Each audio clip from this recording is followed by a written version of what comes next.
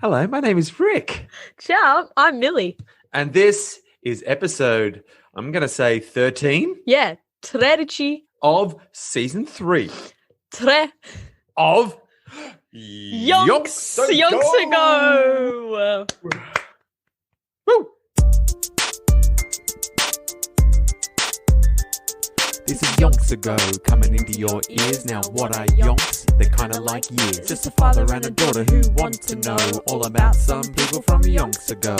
Interesting people who did interesting stuff, but about whom we don't know enough. So we're gonna dig deep and find it all out. Yonky doodlers know what we're all about. Yonks Ago. Hey ho. Hey. Yonks Ago. Hey ho. Hey. Surely. 13, prime number.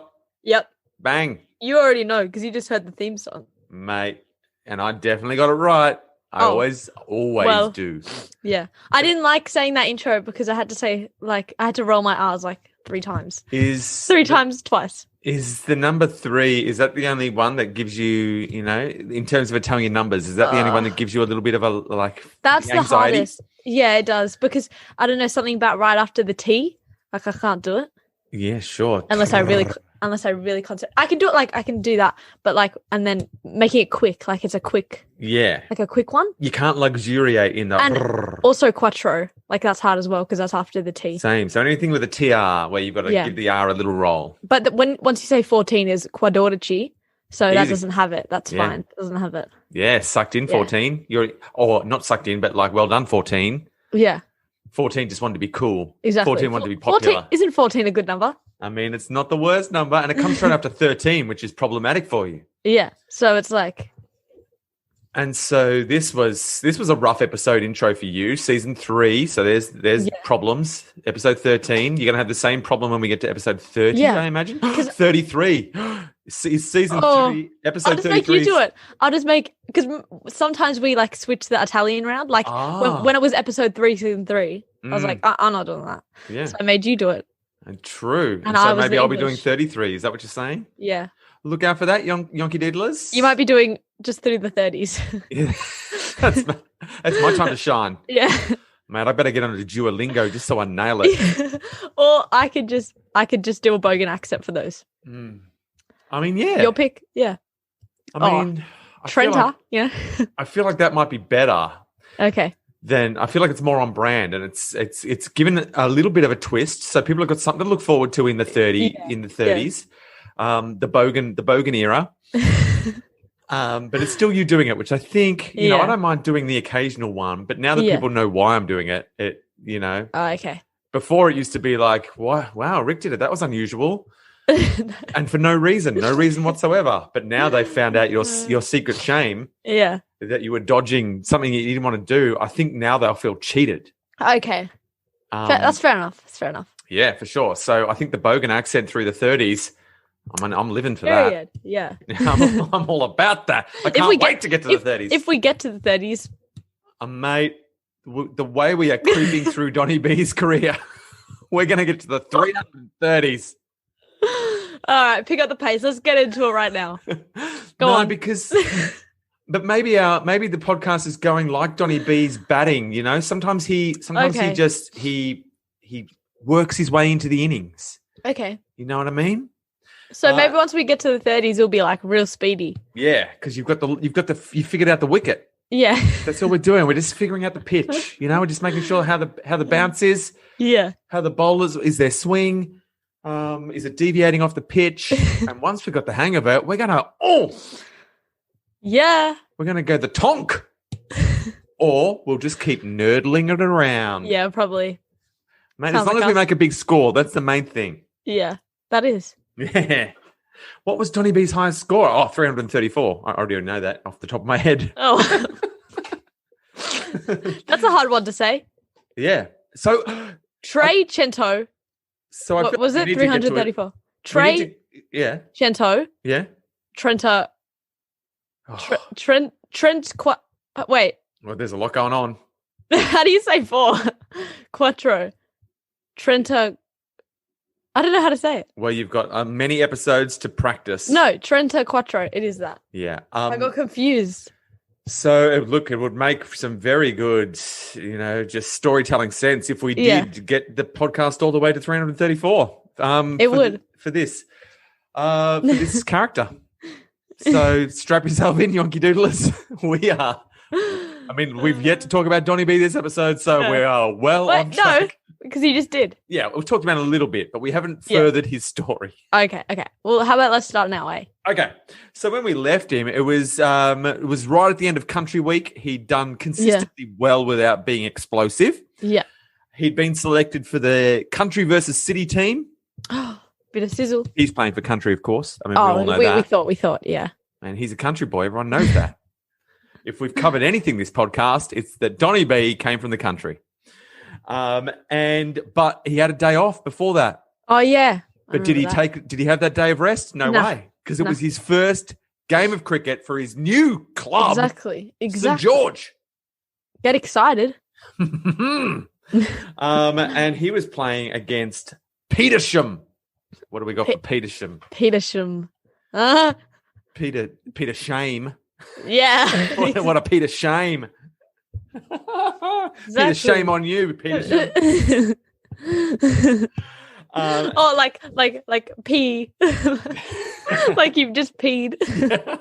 Because they were nervous. Yeah, so nervous they peed. Oh, the shame on you, Peter Shame. I'd rather call them Weedisham. It's their home ground. Yeah. So they've got everything. They've got everything going for them. Sorry, one of my earbuds fell out. How embarrassing! No one can see you. Peter, shame on me. Now the opposition. So Peter Shame, they had perhaps the strongest bowling lineup in the competition. It was me. So they've got Millie opening the bowling. Yeah. And then they got a bunch of international bowlers. Exactly. And Donny B's like, this is going to test me out. Yeah, it would. Time for me to crack my knuckles and get down to work. Slowly but surely. So, yeah, at that level. So, look, not the strongest bowling lineup in the world, just the strongest bowling lineup in Sydney club level. Let me just contextualise. Now, they batted first. Oh, yes. Nice. And Bradman came in at the fall of the third wicket. So he's batting at number 5, I believe that means. Yeah. If you haven't worked out the simple equation yet, you just add 2 to the fall of the wicket, and that's the number that they came in. Yeah. That's the easy equation. For anyone who's wondering how to crack the code of the batting order versus fall of wicket, there it is. And you all know that is key part of our maths curriculum. It's on every maths test that we ever put out as part of the Yonks Ago maths curriculum.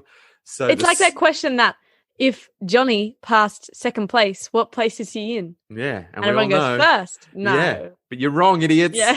You're wrong. Think it through. Because Johnny wasn't even in the race. Johnny was a spectator. Johnny is disqualified. That's the answer. Get off the track, Johnny. Get off the track, mate.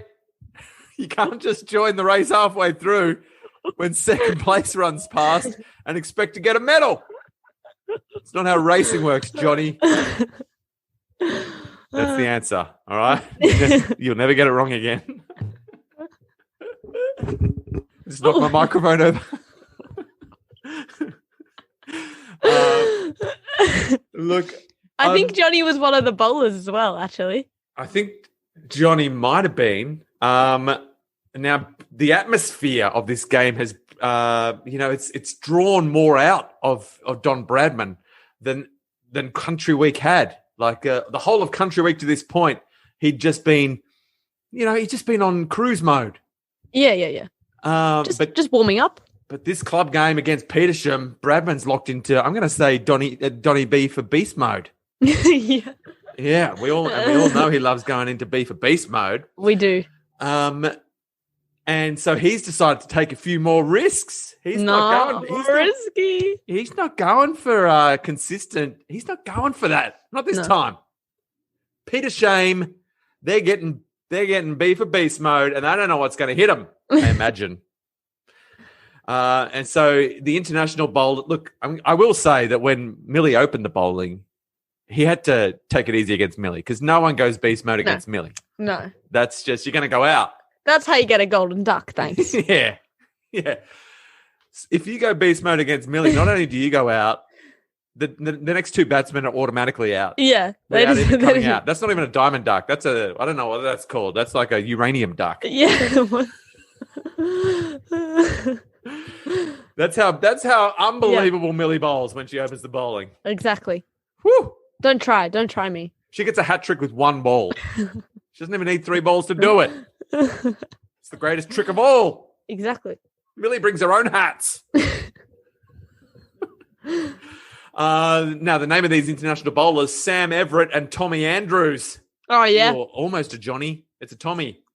I might have got it wrong. I might have read it wrong. Or history got it wrong.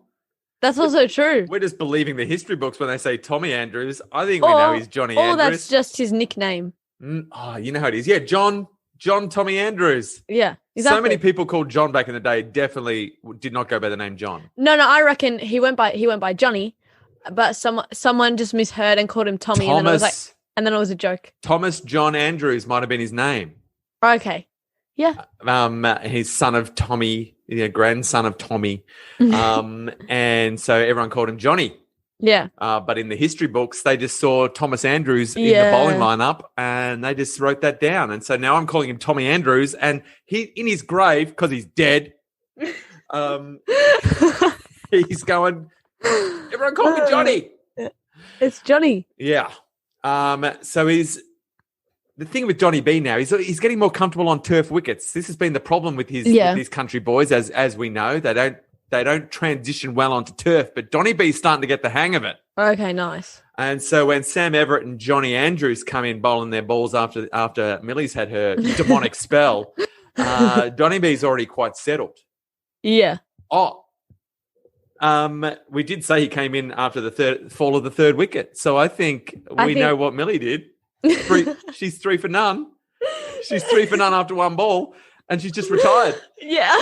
She comes in, bowls one ball, takes 3 wickets, and just heads off. They don't need me anymore. They don't need me. Like, I'll be in the rooms. So then Donny B comes in, doesn't even have to face Millie. She's done her job. Yeah. Now his first 50 runs took an hour, so that's 60 minutes for 50 runs. He's done all right there. Then he reached 98 runs in 97 minutes. Ooh. So he's speeding up. He's not even needing a minute a run. Speedy. And then when he was 98, no, he broke his bat. Oh. The one that his mum had given him. Oh, no. I think Millie must have come out for a quick bowl and just sent one down. They're like, we're not going to let him score 100. Bring Millie back on for one more ball. Didn't get him out, but did break the bat that his mum bought him that time. Oops. Oh, sorry, buddy. His Roy Boy bat. Broke the Roy Boy. Wasn't my fault. Oh, Millie. What are you doing? You broke the Roy Boy. I was just bowling. Chill, No, you do what you do. He didn't have to hit it. Exactly. It was his fault. Get out of the way next time, Donny B. It was an easy leave. If you want to get bowled. No. It was slightly to the side. Oh, you're just a loosener. Because I knew that if he would hit that one, he'd break his bat. So it was a test. It was a test. You knew what was going on. I didn't just accidentally bowl it there. So I think you broke his bat. Then you went back to the rooms. You bowl one ball spells. That's the Millie way. All right, see you later, boys. And then he brought up his century with his very next ball because Millie wasn't bowling anymore. Oh, yeah. I left. Johnny Andrews came back for it. It's like, and then he was finally run out for 110 in 110 minutes. A run a minute. It was me. I ran him out. Yeah. Okay, but I was just coming on to be like, oh, how's it going? You're like, and then the ball came right to me. Does anyone know where the tomato sauce is? You whipped up some sausage rolls. Run out by Millie Mm. on 110 in 110 minutes. Run a minute. Oh, that's really satisfying. For his first innings for St. George against Peter Shame. Surely that's impressive, eh? Now, Dick Jones, who was playing with St. George at the time, was almost as pleased as Donny B because he's the one who lured him to St. George. Dickie Jones, who was one of the selectors, you'll remember. I do. So his judgment had been vindicated. So when he brings up his century, Dickie Jones is like, yes! I told you. He's like, that's me. I did this. That's a Dickie Jones century right there. He's high-fiving. Yeah. So there had probably been never a more auspicious debut in Australian club cricket. Period. That's just what history reckons. Of all the debuts in club cricket. In club cricket. In club cricket, there was none more auspicious than this one. So we saw it here first. Period. Considering the rapid rate of scoring and the strength of the opposition, Jones, an achiever in his own right, would be remembered for an eternity as the man who gave Don Bradman his chance. So Dick Jones is coasting on that reputation for the rest of his life. When they're like, whenever he did anything wrong, he's like, but remember Don Bradman? Who's got two thumbs and gave Don Bradman his chance? Oh, this guy. He's going, Dick Jones, you killed a man. He's but Dick Jones, you joined a race right near the end and you got past second and you thought you won. Dick Jones, that's not how you race. Yeah, but Don Bradman. And they're like, all right, you came second. Yeah, all right. fair enough. All right, here's your silver medal. He's like, I think I'll take gold. And like, he didn't even come first. And they're like, yeah, but Don Bradman. He's like, oh, bloody hell, Dick Jones. Fair enough. Stop turning up at the Olympics and taking all the medals. It's unfair. A lot of people train a long time to win these medals, and you're coming in. To be fair, he did finish second. He did. He finished second. Yeah, he finished second, but he got gold. Yeah, well, also, like, Don Bradman. I mean, that's what we're saying. But that. Yeah, you can get a gold medal by either winning the race or coming somewhere else in the race and have given Don Bradman a chance. Exactly. Either way, there are authentic ways of winning a gold medal. All of the other people wasted their opportunity to give Don Bradman a chance. Exactly. What's that other club that didn't want to pay his train? Cumberland. Dumberland. They must feel pretty Dumberland right now as Donny B's made 110 in 110 minutes. I think Dumberland also didn't want to give Millie her train fare up from Melbourne. Yeah, exactly. Dumberland. But Petersham were all about train fare. Yeah, exactly. They're like, Millie, come. And they also said, all you got to do is bowl one bowl every now and again. Yeah. And Millie's like, sign me up. I'm coming. Yeah. I'll take 3 wickets. I'll break a bat. My day's done. Yeah. Sign me up. Run out. Don't forget my run out. And a run out. It was a run out from the boundary. Direct hit. Middle wicket. Yeah. Middle wicket on both ends. Yeah. It bounced off. You ran both batsmen out. It's never been done. Isn't that a dead ball once you normally get the wicket? Yeah. Normally. But it's a dead ball after it hits the wicket, but you managed to hit both middle stumps at the same time. At the same time. With the same ball. And so it technically wasn't a dead ball for either of the run-outs. So they're like, well, technically you are both run out. So you're out. Sorry. What are you going to do? If I've got the ability to warp the space-time continuum, you're both out. That's just the way cricket works. So now Donny B's name was on the selector's lips along with that of Archie Jackson. Archie, my boy. So the selectors were just, up until this time, they were just talking about Archie Jackson. They get together and say, how good's Archie Jackson? Archie Jackson. We're going to sign up Archie Jackson. But now they're going Archie Jackson and Don Bradman. What do you reckon? Don Bradman, Archie Jackson, Don Bradman? They're like, either of them, either or. Both. What do you reckon? Both. And like, could we? Should we? Will we? Can we? Shall we? I mean, they're wondering. It's on their lips. Now, Archie Jackson had, as we know, he'd been promoted to the stateside. Yeah. And now Bradman's century and the way in which he'd earned it, because it wasn't your normal plodding debut. No. This was a rocket ship on its way to Mars, where, as we know, Archie Jackson is buried. And so it had earned him an immediate reputation. This guy. As he should. He'd done this sort of thing in the bush, as we know. And now he was repeating these feats in the city on turf wickets. And so if there was any doubts about him being selected for the country team, you can forget about that. They had him penciled in. Now they have tattooed it on their skin. Yeah. All the selectors went to the tattoo parlor. And they got Don Bradman's name inked right there under Archie Jackson. And so after all these 6 successive innings in as many days, he did have a break on the Sunday. Oh, nice. He did get a day off. Well done, Donny B. You had a rest of a Sunday. Always have a rest day. Always take the day off, except us, because we are recording this podcast on a Sunday. Listen. Hey, but we had a rest every other day of the week. Yeah. We did not do a single podcast. Unless, did you sneak a podcast in? Sometimes I just talk to myself. Does that count? The podcast of life. And I record it. That's a legitimate podcast. Yeah. Did you release it to the world? You don't have to. That doesn't make it a podcast. Exactly. That is a negotiable. No, what's the word? I don't know. Where it's not an essential. It's a non-essential. I think it's sort of. I don't know. Yeah, don't ask me to find words. I'm terrible at that. That's true, but I like it when we're both struggling. Yeah. You know what I mean? It's not just me alone struggling to find the words.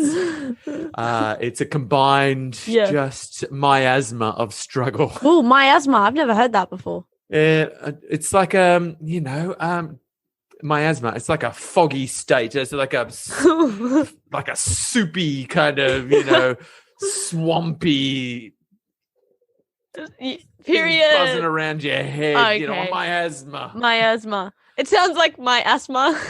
Yeah, my asthma. It's like when you're telling your mum where you fell over at roller derby and she goes, what did you fall on? My asthma.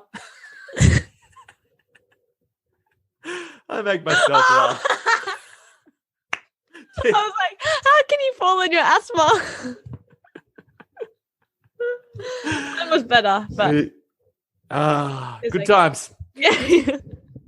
But I do think, look, that's all the time. Have we gotten through more of the story? Yeah, we got through one more cricket game. We learned about Millie's exploits. And we also know that Donny B is now on the lips. He's on the tips of the lips. Yeah. As he should be. Him and Archie Jackson, just lip buddies. lip twins. The lip twins. So with Archie Jackson and Donny B being the lip twins, and we also know that Johnny cheats at races. Does he cheat though? He doesn't cheat. He joins the race just before the end of the race and tries to get a medal. That's cheating. I don't think that's cheating. I think that's strategy. That's strategy. I guess. I mean, you're right. It's the same. Exactly. If you want to play by your own rules, who are we to stop you? Rules are rules. Yeah. Hey. You don't have to have given Donny B his chance to play by your own rules. It helps. Yeah, it does help. It certainly helps. You're definitely going to get further if you gave Donny B his chance. But if you didn't, you can still play by your own rules and just see where you get. Yeah. That's our life motto right there. You can learn all about that in our ethics podcast. Play by your own rules, see where you get. We advocate for chaos theory. We're not afraid of it. Oh yeah. Because out of chaos comes order. Yeah. Period, Dad. Period. Ow! I hurt myself. And so hopefully we'll see Donny B playing by his own rules. He's down a bat. He lost his bat. Oh, B for broken bat. B for broken bat. What can you do? What can you do? I mean, I feel like Donny B's getting paid to play cricket now. He might be able to go buy his own bat. I feel like that's true. I also think he might be able to walk into that club rooms and say, "Can someone buy me a bat?" Yeah. And they'll be like, "I guess you did score 110 in 110 minutes. You are a lip twin with Archie Jackson. Take my bat. I don't. It'd be an honor. I'll buy you the whole bat shop. I own a bat store. It's yours. It's yours. I rarely use it. Come in, pick a bat. You can use a different bat for every ball. I'll bring a new bat out to you every time after you hit the ball. I'll bring you a new bat. Damn. That's hectic. What if he finds his favorite bat? Then he doesn't need it anymore. I don't want to give this bat up. I want to use it till I break it. Never going to give you up. That's what you sing whenever you find your favorite bat. Beautiful. Well, we'll find out if Donny B does find a new favorite bat. Yeah. In the next episode of Yonks Ago.